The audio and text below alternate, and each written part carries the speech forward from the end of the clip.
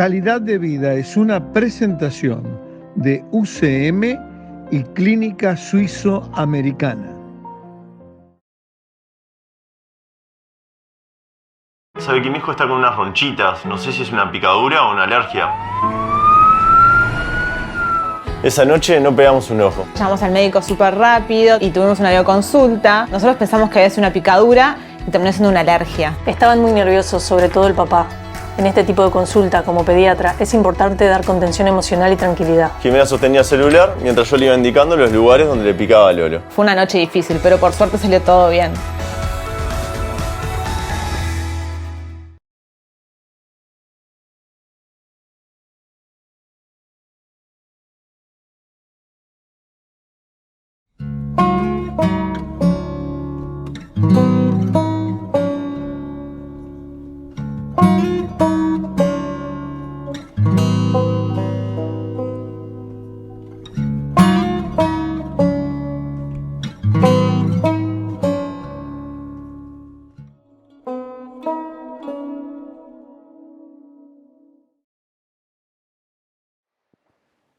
Un placer de iniciar una nueva entrega de Calidad de Vida aquí en el país.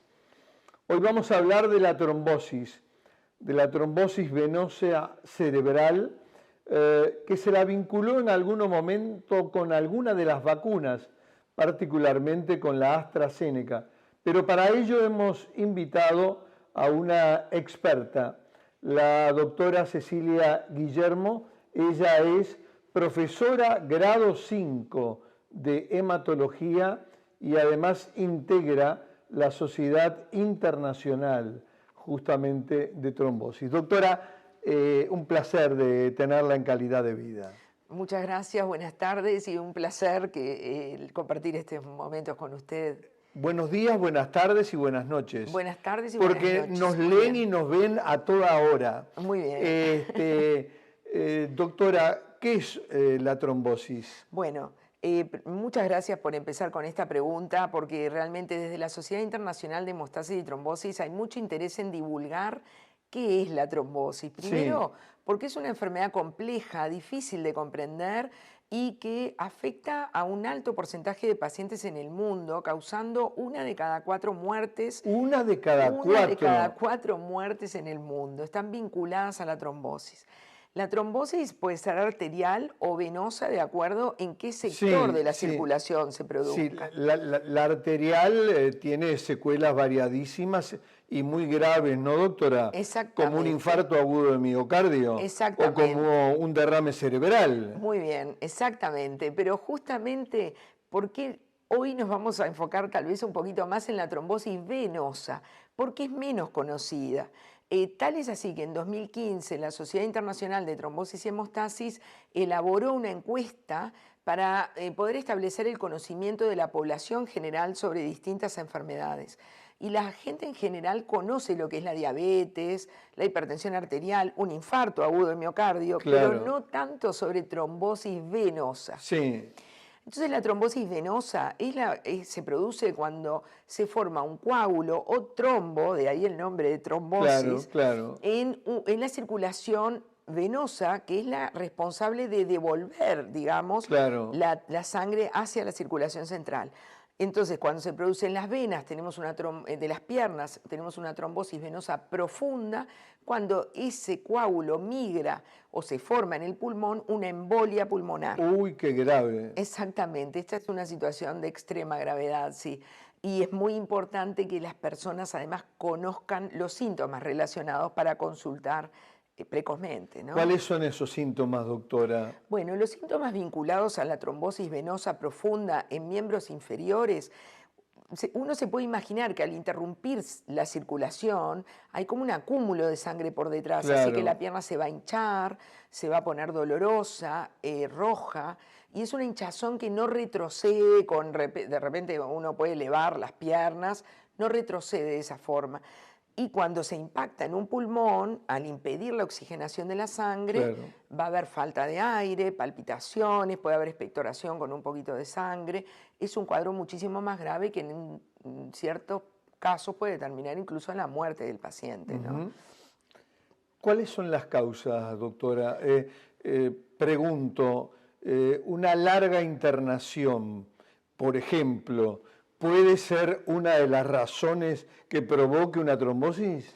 Es una excelente pregunta también, porque en realidad la trombosis es una enfermedad multifactorial, pero si uno se pone a pensar en lo que es la circulación, Claro. obviamente lo que hace que la sangre esté Claro, estancada claro. contribuye a la trombosis, y eso es lo que sucede en una internación, y no tan larga, porque en realidad se considera Pueden ser periodos más cortos. un periodo de alrededor de 3 días. ¿Nada más? 3 días, sin derecho a ir al baño o solo yendo al baño puede ser suficiente para provocar una trombosis.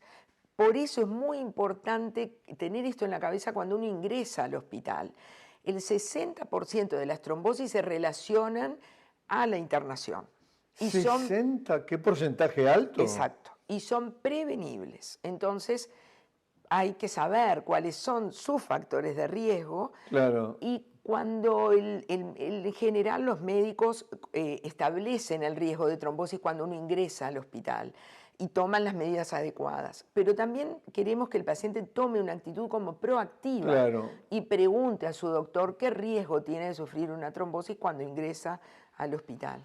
Doctora, y no solo el riesgo existe cuando uno está internado durante X periodo de tiempo, sino aquellas personas, por ejemplo, estoy pensando mayores de edad, ¿no verdad?, que están casi todo el día sentados, ¿no verdad? Exactamente. Mirando televisión o leyendo, caminando muy poco, sin movilidad, sin hacer actividad física. Bueno, exactamente así. Primero, la trombosis aumenta con la edad. Si bien Aumenta con la edad. Aumenta con la edad. El riesgo de sufrir una trombosis Claro. aumenta con la edad. Así que sí, aumenta a medida que nosotros envejecemos. Claro.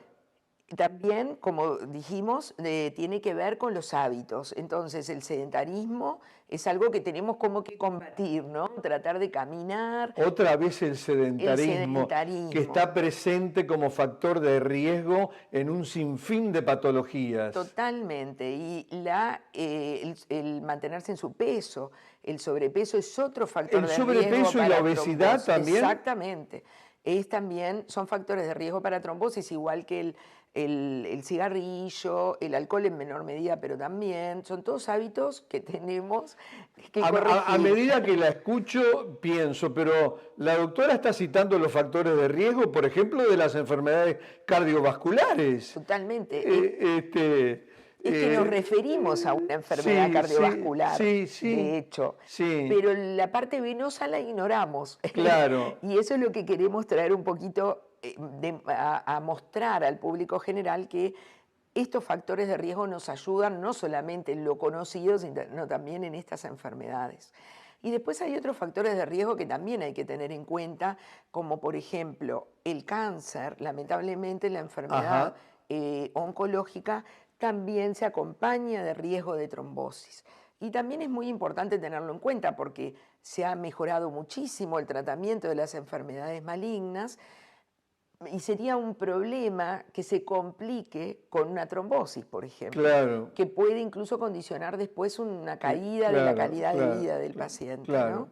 Doctora, hace algunos meses, y referido a la pandemia, al coronavirus, sobre todo en algunos países, no concretamente en Uruguay, se vinculó una vacuna, la AstraZeneca, a casos de trombosis. ¿Qué de cierto es esto? Bueno, tal cual. La pandemia ha sido realmente una increíble fuente de conocimiento y además ha generado conocimiento, como nosotros decimos, como en vivo, porque prácticamente hubo que generar experiencia sobre la marcha. Primero decir, para entender un poquito cómo es el riesgo, que el COVID es una causa muy importante de trombosis. El paciente con COVID ingresado al hospital sufre trombosis en un alto porcentaje de los casos. Mire. Tanto es así que hasta 25 a 30% de los pacientes ingresados en CTI por COVID pueden tener una complicación trombótica. Por lo tanto, hay que tener eso en la Sí, cabeza. sí, clarísimo. Y se toman medidas, de hecho, cada vez que un paciente ingresa al sanatorio, al hospital, se toman medidas preventivas para evitar la trombosis. Simultáneamente surge el tema de las vacunas. Se progresa rápidamente Claro. y se generan vacunas de distintos tipos. Sí. La vacuna AstraZeneca y la Johnson Johnson en Estados Unidos comparten un hecho que es que tienen un adenovirus en su, digamos, en su generación, Sí. que es responsable de ayudarnos a generar los anticuerpos contra el COVID. ¿Qué sucede? Cuando comienza, como usted dice, en marzo, la vacuna se hace masiva a nivel sobre todo de Inglaterra Sobre todo. y Alemania y los países nórdicos, Sí. empieza a aparecer un tipo de trombosis venosa cerebral, una trombosis que yo no nombré hasta ahora porque es en un sitio inusual. Inusual. Es rara. No estamos hablando de la trombosis de la pierna o del pulmón. Se genera esta trombosis en mujeres de menores de 55 años. En mujeres. Menores de 55 años. Esto se hizo un estudio pormenorizado, se detuvo la vacunación, de hecho, en estos países, se hizo un estudio pormenorizado, caso a caso, se estableció que en realidad había una relación con la vacuna, era un tipo de trombosis especial, se generaron unos anticuerpos dirigidos a plaquetas que hacen que este sea una situación compleja. Pero la frecuencia con la que aparece esta complicación en los pacientes vacunados es de menos de 100 por millón de pacientes vacunados. Es realmente bajísima. bajísimo. Y se ajustó la edad de administración, como hizo Uruguay. Uruguay ajustó la edad de vacunación de AstraZeneca a mayores de 60 años. Y luego la descartó. Incluso lotes importantes de AstraZeneca fueron donados a Paraguay. Bueno, eso, digo, es un tema de cómo se administró la vacuna, Sí. pero acá se administraron hasta 80.000 dosis aproximadamente 80.000 de dosis. vacuna AstraZeneca. En el mundo se continuó vacunando. Se continuó. Se continuó vacunando con AstraZeneca en mayores de 60 años y no se demostró aumento del riesgo. Al contrario, el beneficio de estar vacunado supera ampliamente el riesgo de tener un efecto secundario en la vacuna. Claro. Y eso ha quedado demostrado también en nuestro país, en donde cambió totalmente la evolución de la pandemia. Sin duda. Así sí. que queda clarísimo que eso es así. Sin duda. Doctora, no podemos terminar la entrevista sin hablar del tratamiento. Usted ya habló de los factores de riesgo, de la alta mortalidad en determinadas situaciones. ¿Cuáles son las claves, doctora, de la terapéutica? Bueno, vuelvo a insistir que la clave está en la prevención. La prevención. Sí, eso, como en la salud en general. Como en todas las enfermedades. Exactamente. El tratamiento se basa en la utilización de anticoagulantes. Hay varios tipos de anticoagulantes. En general, el más conocido tal vez sea la heparina de bajo peso molecular, que también se utiliza para la prevención a pequeñas dosis. Con los años se han desarrollado numerosos anticoagulantes también que se dan por boca. Claro. 50 años de historia la warfarina y a medida en estos últimos 10 años los anticoagulantes orales de acción directa. El médico es el que va a determinar, de acuerdo a las características del paciente, cuál es el mejor tratamiento. La duración del tratamiento también dependerá del tipo de trombosis y de los factores de riesgo que tenga el paciente. Seguro mínimo 3 meses de anticoagulantes. 3 meses. 3 meses. Ese es el mínimo requerido. Y de ahí puede llegar a ser indefinido.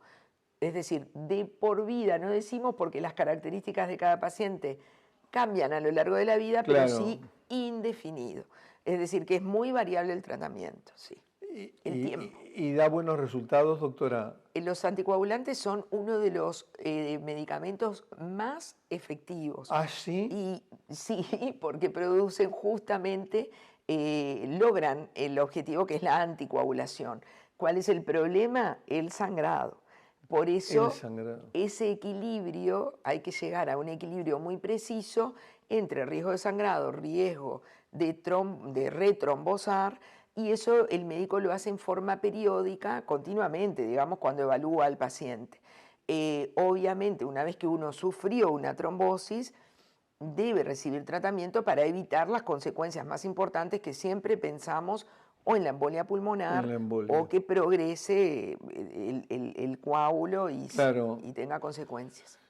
Doctora, los porcentajes de la población con trombosis los tenemos que trasladar al exterior, ¿no? ¿Verdad? Sí, tal cual. No hay estudios, digamos, recientes hechos en nuestro país. Exactamente. ¿Y cuál es la incidencia y la Y prevalencia la incidencia... de trombosis venosa en nuestro país? Es algo que nosotros desde el Hospital Universitario y en conjunto con otros grupos que trabajan mucho en nuestro país sobre trombosis, tanto prevención como tratamiento, queremos establecer, es decir, generar un registro nacional de enfermedad tromboembólica venosa de manera de poder responder esta pregunta con cifras uruguayas. No lo podemos hacer, pero son las mismas cifras seguramente que se observan en Europa o Estados Unidos, ¿no? ¿Y qué porcentaje Bueno, hay es como en decíamos, Europa, por ejemplo? le voy a contestar, en Estados Unidos hay alrededor de 600.000 casos por año de trombosis venosa, es decir, Ajá. que es muy frecuente Es muy y frecuente. repito que puede ser causa de muerte de 1 cada 4 muertes en el mundo. Es decir, Sí, es alto el porcentaje es alto. y tenemos que realmente conocer nuestras cifras. Es un trabajo que estamos llevando a cabo y que la próxima vez que vengamos lo vamos a poder contestar. Perfecto. Doctora Cecilia Guillermo, ha sido un placer realmente tenerla por primera vez en Calidad de Vida y por supuesto que no va a ser la última, ahora va a ser con frecuencia.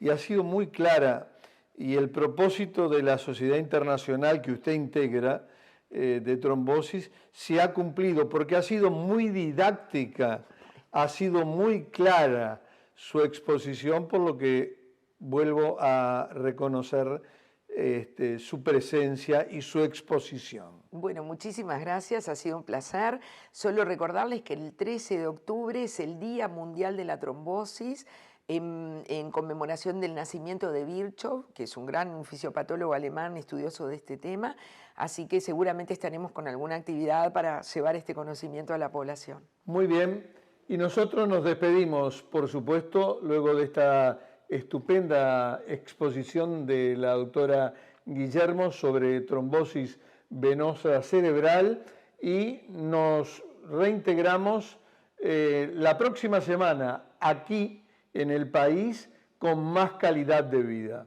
Hasta entonces. Calidad de Vida fue una presentación de UCM y Clínica Suizo-Americana. Mi madre está con COVID y no está pudiendo respirar bien. No pensé que me iba a contagiar de COVID, pero pasó. Por suerte la convencimos de afiliarse y sin duda fue lo mejor que podríamos haber hecho. Frente a un caso de COVID hay que tomar todas las precauciones. Por eso cuando Ana nos llamó decidimos acudir de forma inmediata para evitar complicaciones. Y lo mejor de todo fue que lo pudimos resolver desde casa. Estoy muy agradecida.